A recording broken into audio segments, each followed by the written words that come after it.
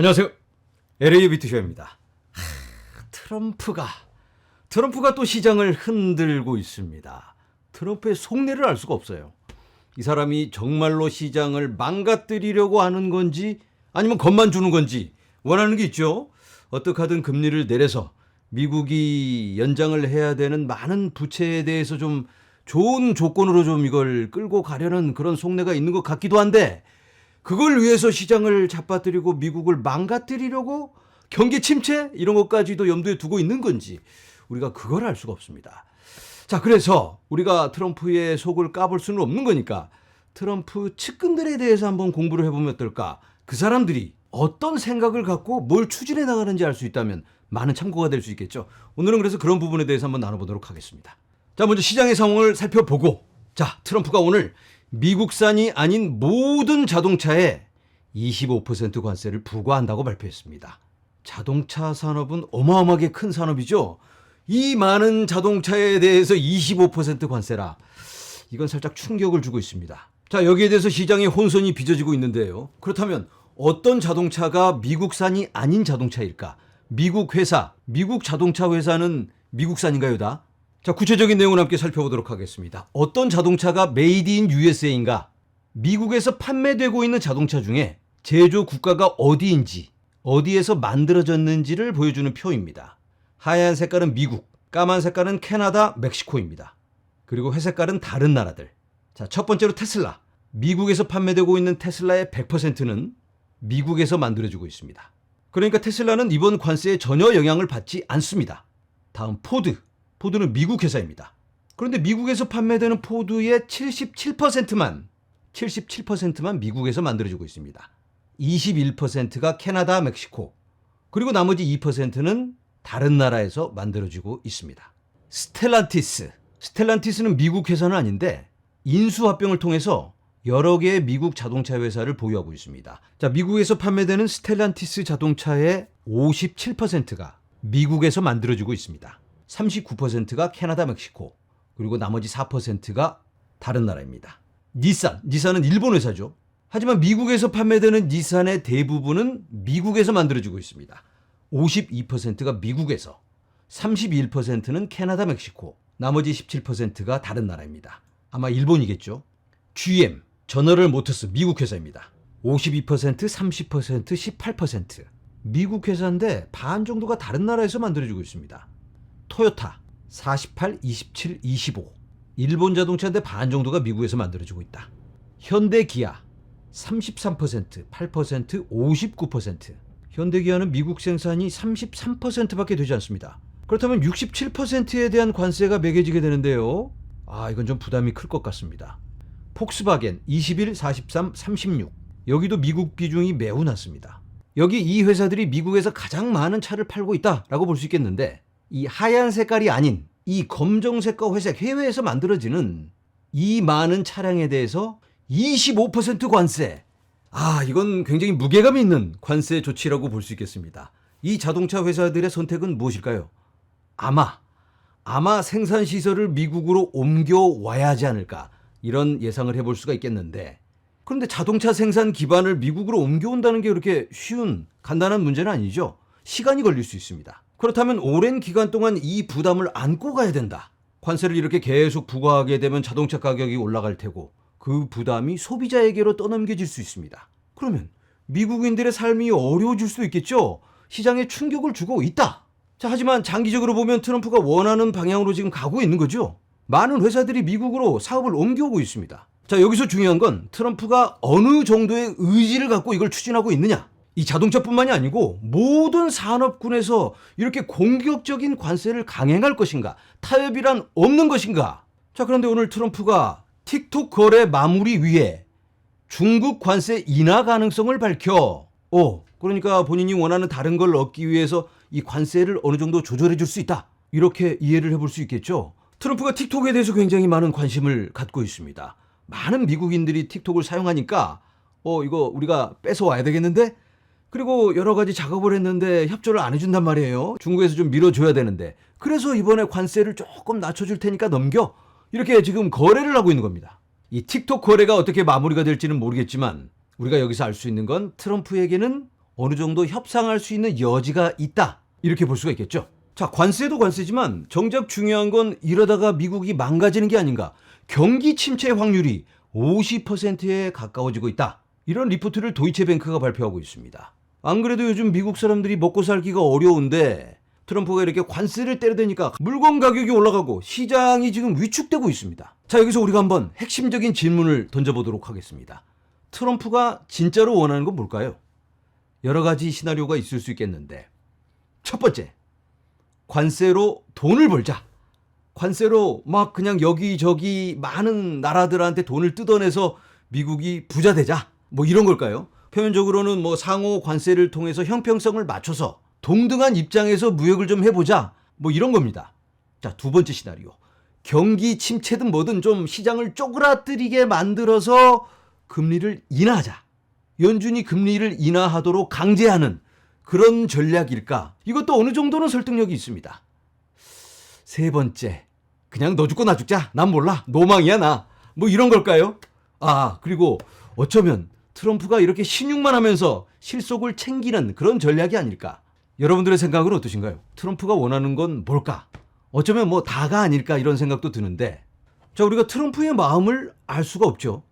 그래서 트럼프와 이 일을 진행하고 있는 트럼프의 인물들에 대해서 좀 살펴보도록 하겠습니다.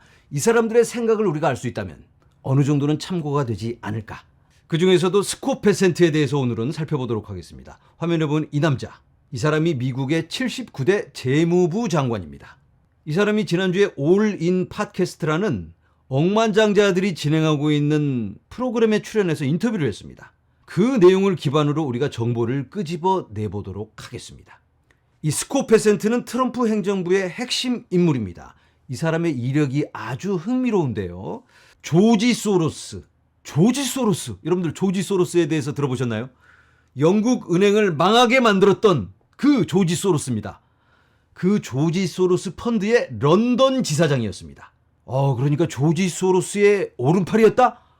1992년에 영국 중앙은행에 공매도를 쳤습니다. 막대한 손실을 입혔는데 그 사건의 핵심 인물이 바로 이 사람입니다. 영국 중앙은행을 무너뜨린 핵심 멤버 스콧 베센트가 애널리스트였고요. 스탠리 드루큰 밀러가 포트폴리오 매니저였습니다. 그리고 조지 소로스는 리스크 매니저. 이 스콧 베센트가 모든 정보를 취합해서 분석하고 전략을 만들어서 보고를 합니다. 그러면 드루켄 밀러가 포트폴리오적인 전략을 짜고 실질적인 전략을 둘이서 마무리한 다음 보고를 하면 조지 소로스가 오케이를 주고 빠바바바박 진행. 그리고 영국 중앙은행이 무너졌습니다. 자, 보통 사람들이 아닙니다. 이런 사람들이 작당을 해서 일을 저질렀는데 이게 왜 중요하냐면 지금의 상황과 연결해 볼 수가 있습니다. 영국 중앙은행에 공매도를 친 이유가 있습니다. 이유는 바로 당시 영국의 통화 시스템은 지속 가능하지 않다고 판단이 되었기 때문에 이 일을 저지른 겁니다. 스콧 베센트가 자료를 모아서 보니까 영국 통화 시스템 이거 흔들흔들 툭 치면 넘어간다. 이런 판단이 쓴 겁니다. 그래서 이렇게 작업을 쳐서 10억 달러 수익을 올립니다. 그런데 이게 다가 아니고 1년 동안 또 추가로 10억 달러 수익을 올렸다고 합니다. 자, 이제는 미국의 상황에 적용을 해봅니다. 진행자들이 스콧 베센트에게 이렇게 질문을 합니다. 당시에 영국의 통화 시스템, 재정 상황이 지속 가능하지 않다라고 판단이 되었다고 했는데 그렇다면 지금 미국의 상황은 어떠한가? 당신의 시선으로 봤을 때 지금 미국의 상황, 국가 부채, 재정 상황은 지속 가능하냐? 베센트의 대답은 지속 가능하지 않다. 심각하다. 문제가 있다. 빈틈이 있다. 찌르면 넘어간다. 미국 망한다. 이런 얘기를 하고 있는 겁니다. 그래서 이 사람이 트럼프에게 본인이 나서서 좀 해결을 해보겠다. 미국 지금 위험하니까 본인이 트럼프의 자문 역할도 하고 재무부 장관으로서 이 일을 좀 처리하고 싶다라고 저요 하고 손을 들었습니다. 그리고 이제 이 사람이 진짜로 재무부 장관이 됐습니다. 그렇다면 지속 가능하지 않은 시스템을 본인이 재무부 장관이 되면 저절로 좋아지나요? 뭔가 액션을 취해야 되겠죠. 미국을 수술대 위에 올려놓고 수술을 해야 되는 겁니다. 째고 자르고 끄집어내고 떼내고 꼬매야 되는 건데 어떻게 해야 되는 걸까? 뭘 해야 되는 걸까? 일단은 1차적으로 정부의 소비를 줄이고 구조 조정을 해야 한다. 이건 굉장히 합리적인 얘기죠. 내가 부도나게 생겼는데 어디 가서 뭐 차 사고 집 사고 친구들 밥 사주고 그러면 안 되잖아요. 미국은 지금 없는 돈을 쓰고 있는 게 문제입니다. 그래서 일단 정부의 소비를 줄이고 구조 조정을 하자. 쓸데없는 거 다 잘라내고 놀고 먹는 공무원들 다 쳐내고 있는 작업을 지금 하고 있습니다. 자, 근데 중요한 게 어느 선에서 이 구조 조정 그리고 되돌리기 작업을 해야 하는가, 베센트의 의지를 한번 살펴보도록 하겠습니다. 관세를 통해 무역 적자를 줄이며 내수 시장 활성화, 이게 베센트가 원하는 겁니다. 값싼 에너지가 필요하고요. 정부의 구조 조정, 지출을 줄이고 효율성을 올려야 합니다. 이걸 일론 머스크가 도맡아서 하고 있죠, 지금. 여기에는 단기적인 고통이 뒤따른다. 하지만 장기적으로는 성장하면서 탄탄대로의 미국이 올라설 수 있다. 이 값싼 에너지, 이건 트럼프의 정책과 결을 같이 하죠. 트럼프의 드릴 베이비 드릴. 그냥 막 파서 기름을 뽑아내면 에너지 가격이 내려갈 거 아니에요. 그리고 가계부 정리를 해나가면 시간이 좀 걸릴 수는 있겠지만 정상 궤도로 돌아가지 않을까.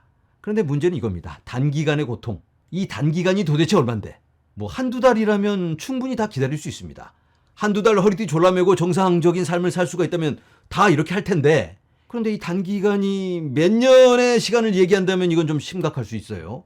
그렇게 긴 시간이라면 이 고통이 경기 침체를 의미할 수 있기 때문에.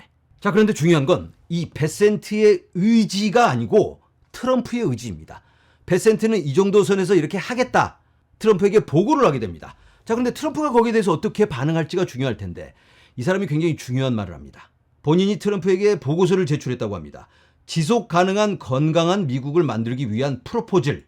이 프로포즐을 제출을 했는데 이 안에는 이런 내용이 담겨 있습니다. 많은 정리해고를 감내해야 한다. 많은 사람들이 일자리를 잃게 될 것이다. 대통령님, 그래도 해야 되겠죠?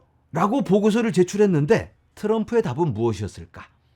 트럼프가 이렇게 답을 합니다. Fix it. Fix. 고쳐와. 이건 아니지. 야, 다시 고쳐와. 안 돼. 정리해고 많은 사람들이, 조금은 괜찮지만 많은 정리해고는 안 돼. 그건 우리가 원하는 게 아니야.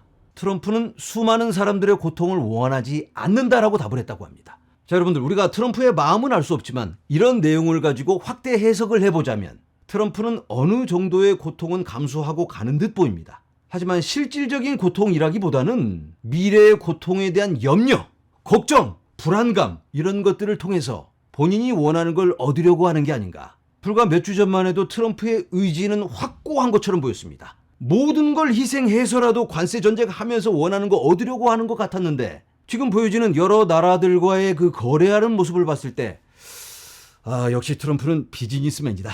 이렇게 우리가 해석해 볼 수 있지 않을까라는 말씀을 드려봅니다.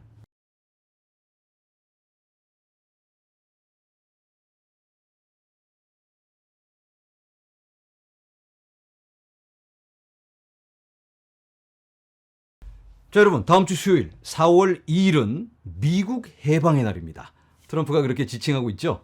미국 해방의 날, 거창하게 갖다 붙이고 있는데, 그때까지는 아무래도 변동의 시간이 있을 수밖에 없겠죠. 조금만 우리가 호흡을 길게 해서 가면 좋겠다라는 말씀을 드려보면서 오늘 여기서 인사드립니다. 여러분, 감사합니다.